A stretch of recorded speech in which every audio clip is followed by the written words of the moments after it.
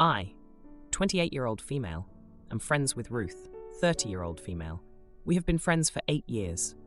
We met in medical school and became closer during the infection-19 pandemic, after we stayed in the same city for post-medical school training, residency, until I left to finish residency in another state/city, closer to family a few years ago. She's having a destination wedding in the Dominican Republic, DR, at an all-inclusive resort. I am chronically single, and Ruth has been engaged for 2 years. I am attending as a guest, not bridal party, and received my RSVP last month. I had mentioned the wedding to my mother at the time, who expressed the desire to also come with me. In the moment, I told her that I didn't feel comfortable asking Ruth for a +1. The RSVP was for me only, since it's Ruth's wedding, but my mom said she only wanted to go to the resort and would do her own thing on the day of the wedding, such as going to the spa or enjoying entertainment, as we'd have time to do other activities on different days. She said she would pay for the trip, which was appreciated. But I would have no problem paying for just myself or both of us.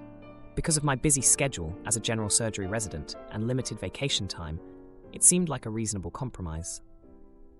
My mom also said that she might change her mind about going, and to let her know when I was planning to finalize tickets and lodging, which I was planning to do in the next few weeks, December 2023. Last week, Ruth reached out to see if I had booked my room and if I'd be interested in staying with one of her single female friends. I told her that I was planning to book everything in the next few weeks, as I was waiting to confirm if my mom still wanted to go to the resort, but that she would not be attending the wedding festivities. Ruth then said that I should have asked her if I could bring my mom to her wedding. I reiterated that my mom would not be attending any of the wedding festivities, just the resort. She said that I should have run it by her because she wouldn't have wanted to feel obligated to invite my mom to the wedding festivities on the spot during the wedding. To be honest, I can see where she's coming from, and I told her that nothing was set in stone. I then agreed with her that I should have told her about it from the beginning. She was very upset about this, and I apologized profusely as I simply didn't think about it from her perspective. Ultimately, I said that I was happy to go by myself, with the hotel included. A few days later, she told me that she didn't feel valued as a friend and uninvited me to her wedding and effectively ended our friendship. I'm saddened that it came to this, and I do agree that I should have simply asked ahead of time. I think we're both at fault here, but that her response was a bit severe. Am I the idiot? Now, for a few comments before the update. Comment 1. Not the idiot. Your friend is the big jerk here. She had no right to insist on being informed of your mom going to the resort at the same time as her wedding. Did your friend email the resort to demand that they have to turn away any guests that weren't invited to her wedding as well? Your mom wasn't going to the wedding festivities. She was simply going to enjoy the resort by herself, then spend some time with you. I hope you don't have to work with that demanding woman, and I hope she's a better doctor than she is a friend. Comment 2. She said that I should have run it by her because she wouldn't have wanted to feel obligated to invite my mom to the wedding festivities on the spot during the wedding. I don't understand why you should have run it by her. It's a destination wedding. You mom was interested in that destination, so you planned to book together, and your mom was more than content to hang by herself on the wedding day. What am I missing? Were there additional days of wedding-related activities you were expected to be present for? Not the idiot. Now, for the update. Hey everyone, thanks for all the comments on my last post. It's been a chaotic couple of weeks, and I've got an update for you all that I think you'll find pretty interesting. So, after Ruth uninvited me from her wedding and ended our friendship, I was pretty devastated. Ruth and I had been through a lot together, especially during those grueling years in medical school. We'd pulled each other through some tough times, and I thought our bond was stronger than this. But I guess I was wrong. I spent a few days mulling over what had happened, and I couldn't shake the feeling that there was something more going on with Ruth. It just didn't add up. Ruth had always been the level-headed one, the one who could see both sides of a situation. For her to cut me off over something like this felt out of character. Then, out of the blue, I got a text from one of Ruth's other friends. Let's call her Emily. Emily and I weren't close, but we'd hung out a few times when I was still in the same city for residency. She said she heard about what happened and wanted to give me some insight into Ruth's behavior. Turns out, Ruth's fiancé, who I'll call Mark, had been causing some drama of his own. Emily revealed that Mark had been getting cold feet about the wedding and had been confiding in Ruth's friends instead of talking to Ruth directly. This was news to me, and it made me see the situation in a whole new light. Apparently, Mark had been feeling overwhelmed by the wedding plans and the idea of such a big commitment. He'd been venting to Ruth's friends, including Emily, about his doubts. Ruth, on the other hand, was completely in the dark about Mark's feelings. Emily thought that Ruth's reaction to my situation might have been fueled by the stress of her own relationship issues. She suggested that Ruth might be taking out her frustrations on me because I was a safe target. I didn't know what to make of all this. On one hand, I felt bad for Ruth, dealing with a fiancé who wasn't being upfront with her. On the other hand, I was angry that she'd taken it out on me and our friendship. A few days after Emily's bombshell, I got another surprise. Ruth reached out to me. She sent me a long message, apologizing for overreacting and explaining that she'd been under a lot of stress with the wedding planning. She didn't mention anything about Mark's cold feet, though, so I guessed she still didn't know. Ruth asked if we could talk and possibly mend our friendship. I was torn. Part of me wanted to just forget the whole thing and move on, but another part of me missed my friend. I agreed to meet with her, and we had a long, emotional conversation. Ruth admitted that she'd been feeling insecure about her relationship with Mark, and that she'd unfairly taken it out on me. She asked for my forgiveness and for me to reconsider attending the wedding. Just when I thought things might be getting back to normal, the situation took another turn. While Ruth and I were talking, Mark called her. I could tell from her side of the conversation that something was wrong. After she hung up, she was in tears. Mark had confessed to Ruth that he'd been having doubts about the wedding and that he'd been talking to her friends about it. Ruth was heartbroken and felt betrayed not only by Mark, but by her friends who had kept it from her. Now, I was in the middle of a mess that I didn't even see coming. Ruth was asking me for advice on what to do about Mark, and I was still trying to process the fact that we'd just repaired our own friendship. I told Ruth that she needed to have a serious talk with Mark and decide if they could work through his doubts together. As for me, I was still unsure about attending the wedding. The whole situation had become so complicated, and I didn't want to be in the middle of their relationship drama. As of now, Ruth and Mark are trying to work things out, but the wedding is up in the air. Ruth wants me there, but I'm not sure if I can handle the tension. Plus, my mom is still in the picture, and I haven't even told her about any of this drama yet. Aunt brings teen to my no-kids wedding, so I expose her lies to everyone. She's shocked when the guests side with me, and then, I recently got married to my husband. Leading up to our wedding, we had no issues. The wedding was pretty laid back, not many guidelines, the only significant one being no children unless they were in the wedding. 1 flower girl, 2 junior bridesmaids, 1 ring bearer. I knew that my aunt didn't like this rule from the beginning. It's not that we don't like kids, we simply did not have the capacity for them. Fast forward to the wedding day. Things were going really well, and I was speaking with some other guests when my aunt comes up to me with her teenage daughter and announces that she brought her anyways, and that she didn't think it was a big deal.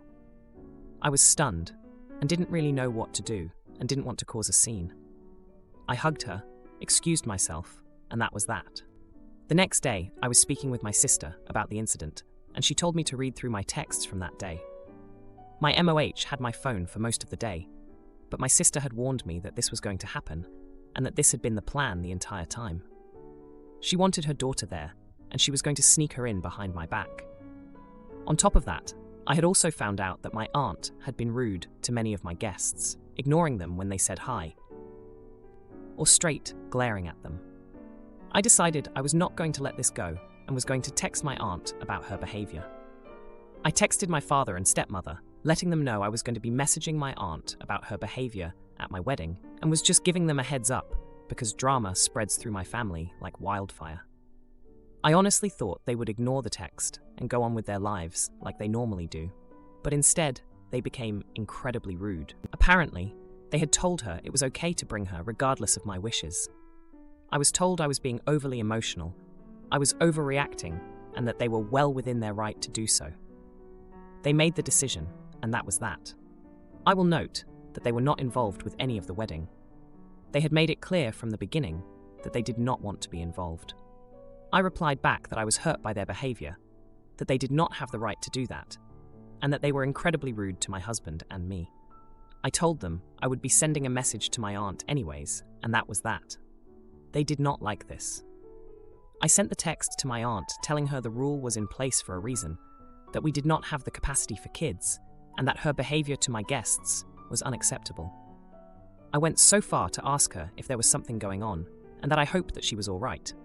My younger sister sided with my parents, and we haven't spoken since. I know it has spread around my family that I was disrespectful for not inviting my cousin to begin with, and for sticking up for myself to my parents and aunt.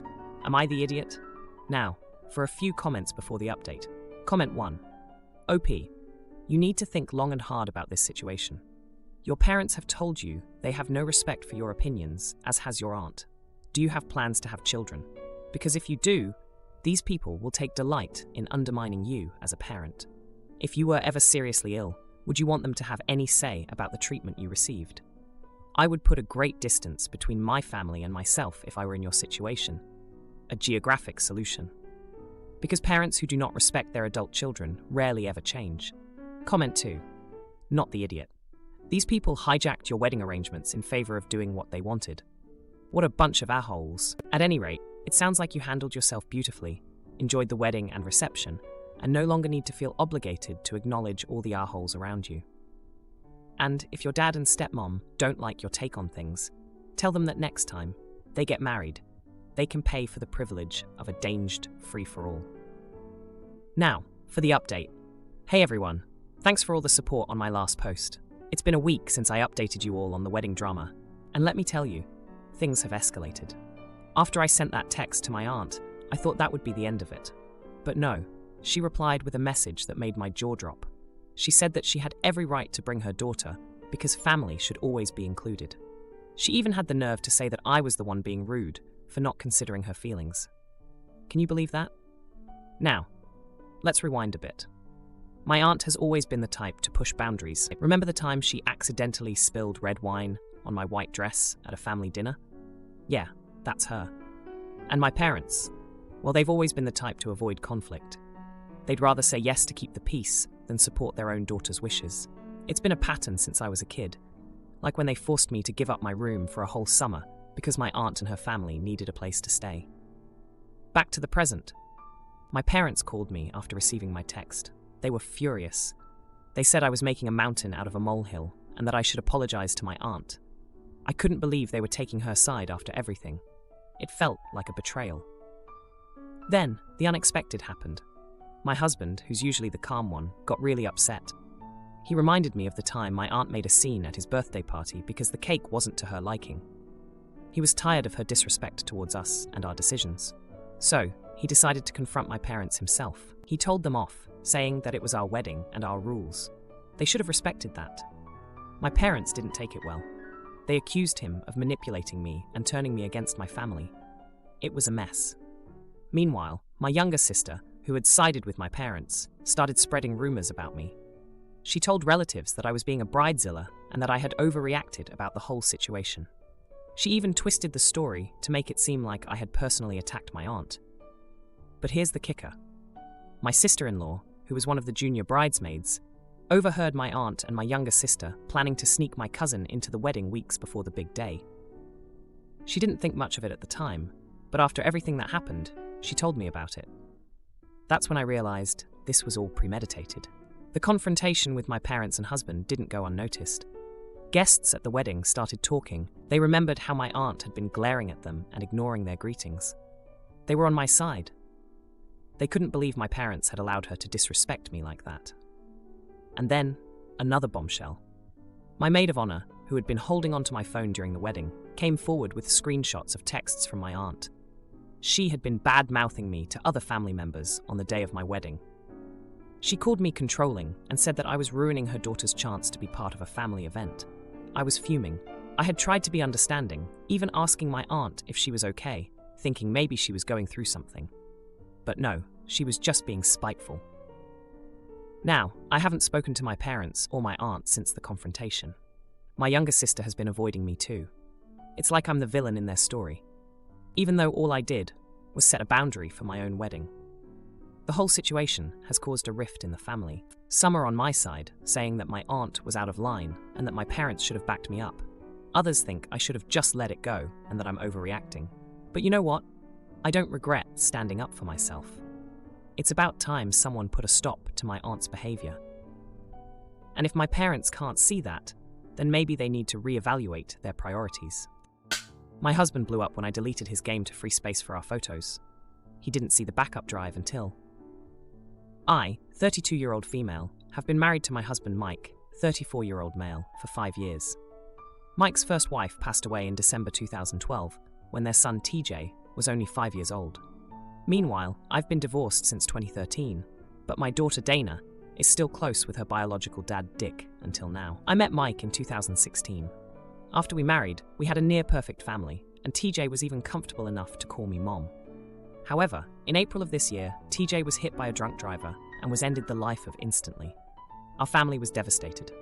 Understandably, Mike was inconsolable. I was the one who made the arrangements for TJ's service and made sure the drunk driver was jailed.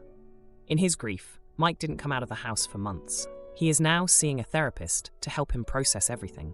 Then, last month, Dana told me that Weenie invited her to spend the holidays with him. I said no. Christmas has always been tough for Mike because of his wife's passing. Dana knows this, and now he also lost TJ. I told Dana that we're the only family Mike has left, so we'll be celebrating Christmas at our home. She was disappointed, but seemed to understand.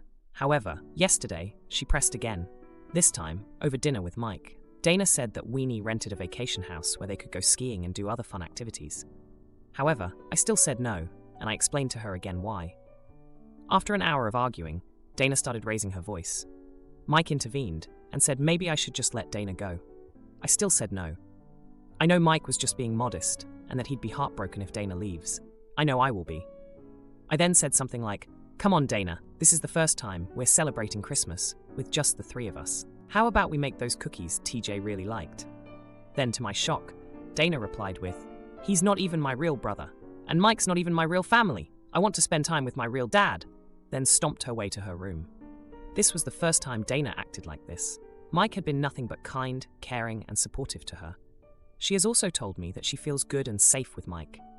We even baked a cake during TJ's birthday, and Dana made a beautiful slideshow to honor him. Mike then told her how much she means to him as his daughter. I looked at Mike, who was on the verge of tears, but he just told me to let it go, since it's Christmas time, and maybe Dana was just being a teenager, she's 15, and to just let her spend time with Weenie.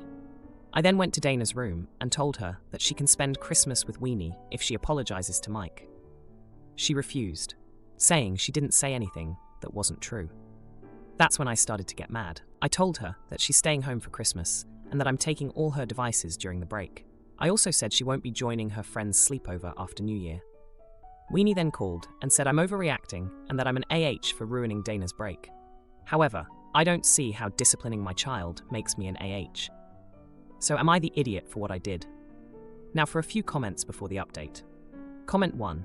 You are dealing with a lot, but you are the jerk. Please remember, this also all happened to Dana. People grieve in different ways, and she asked for something she probably needed, and then reacted like a teenager who can't express herself correctly when you shut her down. Let her go have a break from the grief. It can be overwhelming to feel the weight of adults' emotions on top of your own when you're a teen. Try to go a little easier on everyone, yourself included. Comment 2. You are the jerk. Your daughter is not your husband's emotional support animal. She wants to enjoy her holiday doing fun things. She does not want her Christmas to be focused on your husband and his grief. What happened to your family is tragic, and I can't imagine how much you are all suffering. I am so sorry you are going through this. However, all you are doing right now is driving your daughter away. Keep pushing, and you will permanently destroy relationships. Now for the update. Hey everyone, it's been 3 days since my last post, and boy, do I have an update for you. After the blowout with Dana, things took a turn I didn't expect. The morning after the argument, Dana was still fuming. She wouldn't even look at me or Mike. I could tell Mike was hurt, but he was trying to keep the peace. He's always been the type to avoid conflict, even back when we were dating. I remember how he told me about his late wife's illness, how he'd sit by her bedside, holding her hand, trying to be strong for both of them. That's just who he is, a rock in the storm. But this storm was different. It was in his own home, and it was threatening to tear us apart. I was torn between supporting my husband and understanding my daughter's feelings. I knew Dana was close to her dad, Weenie. They'd go on camping trips together, just the two of them, and she'd come back with stories that would light up her whole face. I couldn't take that away from her, not really. So, I decided to talk to Mike alone. I found him in TJ's room, holding one of his son's old baseball gloves. It was a quiet moment, and I could see the pain in his eyes. We talked, really talked, about everything. I told him how I felt about Dana wanting to be with her dad, and how I was scared of losing the family we had built. Mike listened, and then he did something that surprised me. He suggested a compromise. He said, "What if we let Dana go for a few days, but have her back for Christmas Eve and Christmas Day? That way, she gets to spend time with Weenie, but we're still together for the holiday." I was stunned. It was such a simple solution, but it felt like a weight had been lifted. I went to Dana's room to tell her about the compromise. She was sitting on her bed, headphones on, clearly still upset. When I told her about the plan, she looked at me with wide eyes. "Really?" she asked, and I could hear the hope in her voice. I nodded, and just like that, the ice between us started to melt. But then, Weenie called again. He wasn't happy with the compromise. He wanted Dana for the entire holiday break. No exceptions. I could feel my temper rising again, but I remembered Mike's calm demeanor and took a deep breath. I explained the situation, how important it was for us to be together, especially this year. After a long silence, Weenie finally agreed. I could tell he wasn't thrilled, but he understood. The next day, Dana left for Weenie's vacation house. She hugged Mike before she left, and I saw him whisper something in her ear. She nodded, hugged him tighter, and then she was off. Mike turned to me after she left, and I could see the relief in his eyes. "Thank you," he said, and I knew we'd made the right decision. But the surprises weren't over. On Christmas Eve, Dana came back as planned, but she wasn't alone. Weenie had driven her back, and he had a small gift in his hand. It was for Mike. I watched as they shook hands, an unspoken truce between them. Weenie stayed for a cup of coffee, and we all talked like a family. It was awkward at first, but by the time Weenie left, it felt like we'd all taken a step forward. Christmas Day was quiet, but it was filled with a new kind of warmth. We made those cookies TJ liked, and Dana even suggested we light a candle for him. Mike's eyes were wet with tears, but he was smiling. It was a bittersweet moment, one that I'll never forget.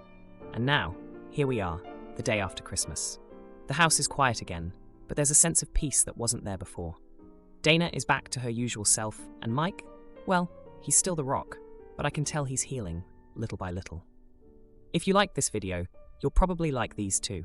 Also, while you're here, please consider subscribing. It's your support that keeps this channel alive and allows me to make better and longer videos.